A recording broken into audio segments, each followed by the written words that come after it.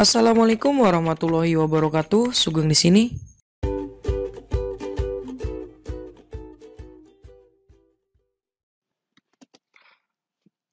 Halo semuanya, saya Rizky Darmawan, teman dari Sugeng Supono. Kali ini saya akan bahas soal UTBK 2020 hari pertama. Nih, langsung saja, soal nomor 1. Sebentar. Nah, soal nomor 1 katanya diketahui parabola fx sama dengan x kuadrat dan garis G merupakan suatu garis. Pertanyaannya, apakah garis G memotong parabola fx? Nah, putuskan apakah pernyataan 1 dan 2 cukup untuk menjawab pertanyaan. Nah, pernyataan pertama, garis G memotong sumbu X positif.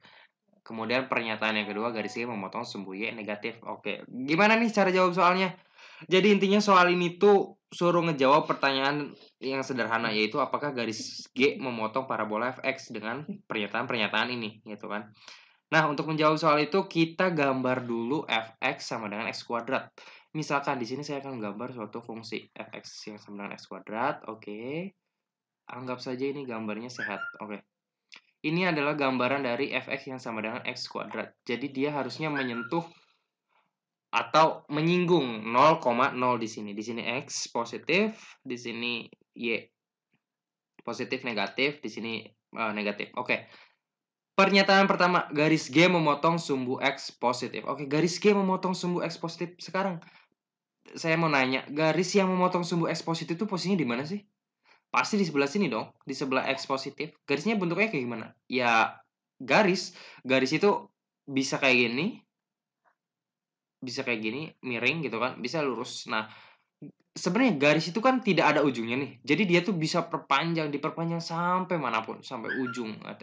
Sampai kemana lah intinya, sampai jauh. Nah, ketika garis ini memotong sumbu X positif, artinya dia pun akan memotong parabola dari X kuadrat. Gitu kan? Kalau dia garisnya lurus kayak gini. Kemudian apakah ketika garisnya bengkok memotong juga? Ya jelas, ketika ini garis diperpanjang nih, garis yang ini kita perpanjang terus sampai jauh, pasti ujungnya akan memotong akan memotong dari parabola X kuadrat dimanapun, karena dia istilahnya eh, lurus nih sampai jauh sini gitu kan. Jadi untuk pernyataan yang pertama ini dapat disimpulkan bahwa garis G memotong sumbu X positif ini sudah bisa menjawab pertanyaan dari soal. Nah, oke, dia sudah cukup nih menjawab nih, cukup. Sekarang kita juga harus ngecek yang pernyataan yang kedua. Garis G memotong sumbu Y negatif. Apakah dia membantu ataukah tidak sama sekali nih? Sekarang garis G yang memotong sumbu Y negatif. Garis G yang memotong sumbu Y negatif berarti garis G-nya itu memotong sumbu Y negatif. Sumbu Y negatif di mana? Di sini dong ya. Di daerah sini nih. Ini Y negatif. Nah, berarti garisnya di sini. Sekarang kalau garisnya seperti ini, terus diperpanjang sampai jauh. Dia akan memotong nggak parabola X kuadrat? Ya pasti memotong. Yang nggak tahu memotongnya di mana, pasti dia memotong. Kalau ini diperbesar skalanya, pasti dia memotong. Kemudian, kalau misalkan dia garisnya ini vertikal seperti ini, dia akan tetap memotong Y negatif dong, tetap. Tapi, apakah dia akan memotong parabola? Tentu tidak, karena dia garisnya itu kalaupun diperpanjang sampai ujung dunia, dia nggak akan pernah memotong parabola X kuadrat cuy, karena posisi X kuadrat itu ada di Y positif. Sedangkan kalau misalkan dia garisnya vertikal dan memotong Y negatif, dia nggak akan ketemu nih X kuadrat, gitu kan. Jadi pertanyaan yang kedua ini sebenarnya tidak terlalu menjawab pertanyaan. Jadi pernyataan yang kedua ini nggak cukup nih untuk menjawab pertanyaan soal. Jadi dia tidak cukup, gitu kan. Sekarang mana nih yang komposisinya satu cukup, dua tidak cukup? Yang A, pernyataan satu saja cukup untuk menjawab pernyataan, tetapi pernyataan dua saja tidak cukup. Udah ketemu A. Ya, berarti jawabannya oke, A. Oke, sekarang kita lanjut ke soal nomor 2. Oke, soal nomor 2. Katanya jika GVTN ditambah GHWHU sama dengan 10 nih. Kemudian maka RANZ ditambah RZCNG ini sama dengan berapa? Oke. Bentukan soal kayak gini itu sebenarnya ada pola-pola tertentu. Jadi kita harus menerapkan prinsip-prinsip kalau yang kata si Eugenius mah itu prinsip of curigation. Jadi harus menerapkan prinsip-prinsip kecurigaan gitu. Oke. Di sini kan ada huruf-huruf G, V, T, N, G, H, W, H, U. Dia kan jibris nih, nggak tahu nih acak kayak gimana. Kita harus tentukan nih, apakah dia berdasarkan indeks atau indeks nilai atau misalnya kayak gimana bentukannya. Sekarang kalau misalkan kita bentuk berdasarkan indeks G, V, T, N. Oke, kita setiap karakter dari ini kita kasih nilai. G itu nilainya berapa? Misalkan A, B, C, D, E, F. G itu nilainya berapa sih? 1, 2, 3, 4, 5, 6, 7 ya? 7.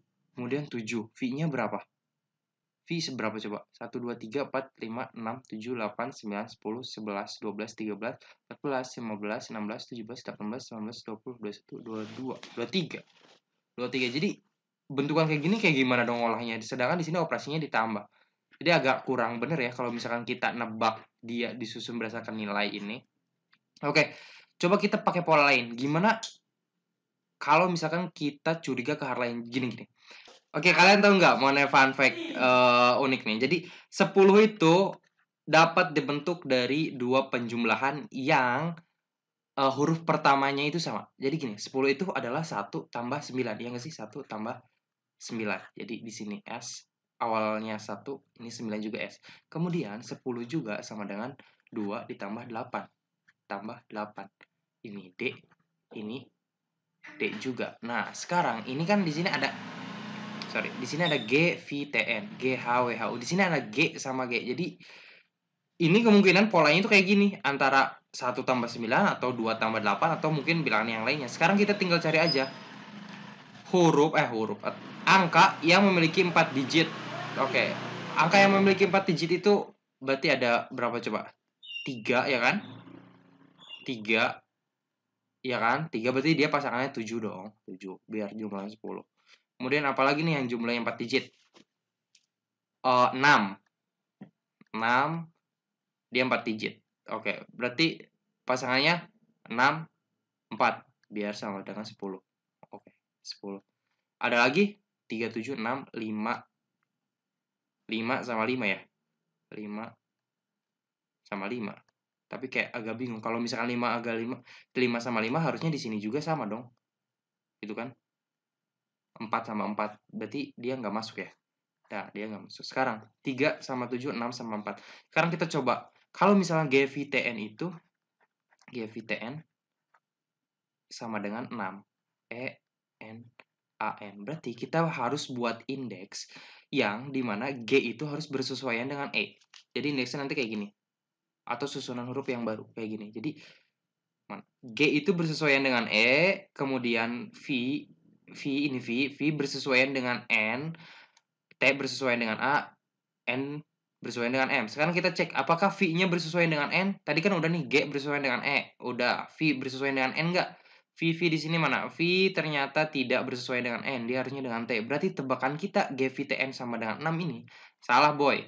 Berarti harusnya kita coba-coba yang ini, yang 3. Berarti GVTN ini kita sama dengan 3. Oke, kalau misalkan GVTN sama dengan 3, nanti kita buat susunan huruf baru. Berarti G-nya bersesuaian dengan T, V-nya bersesuaian dengan I. Oke.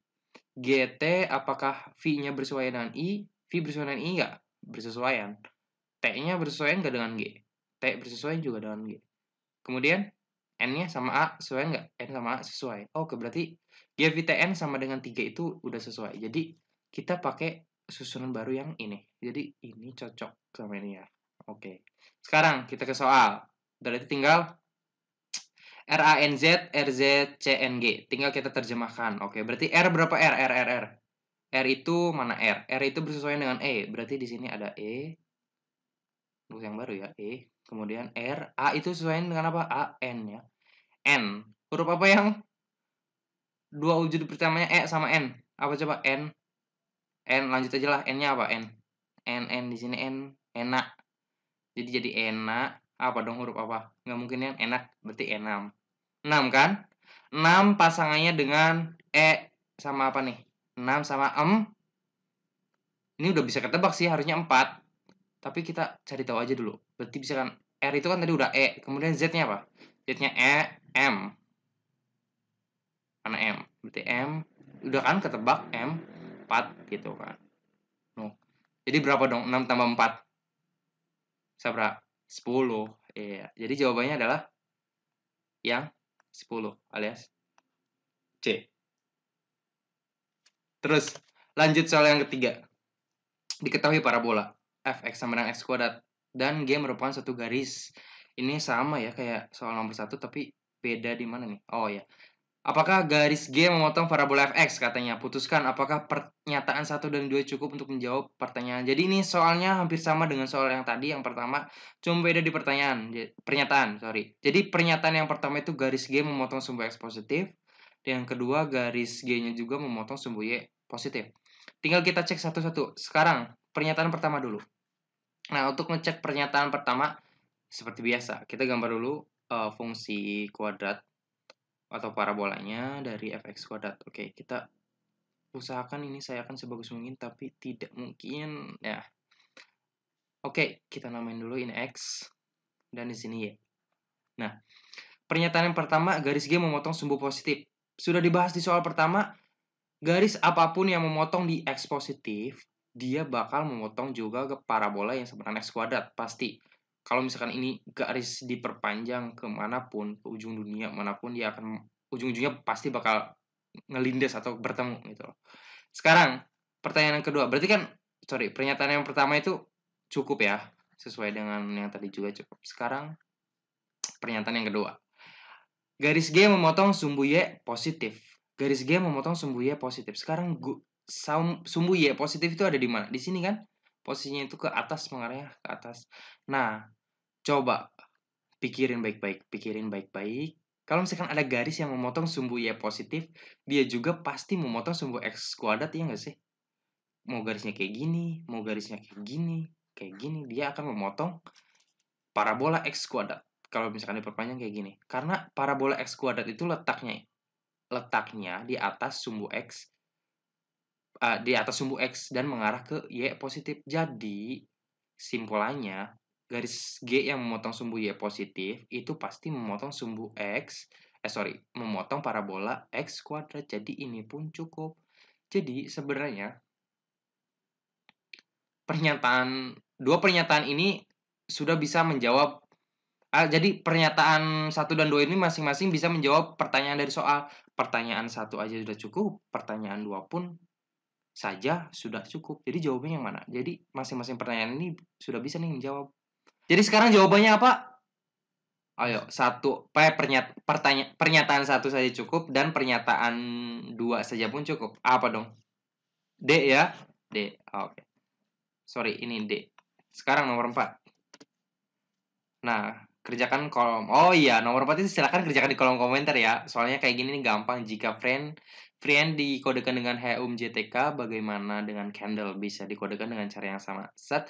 Seperti biasa, kalau ada soal-soal yang bentukannya kayak gini, terapkan principle of surrogation, gitu kan? Buat indeks atau buat kayak tadi. Oke, sekian. Terima kasih. Wassalamualaikum warahmatullahi wabarakatuh.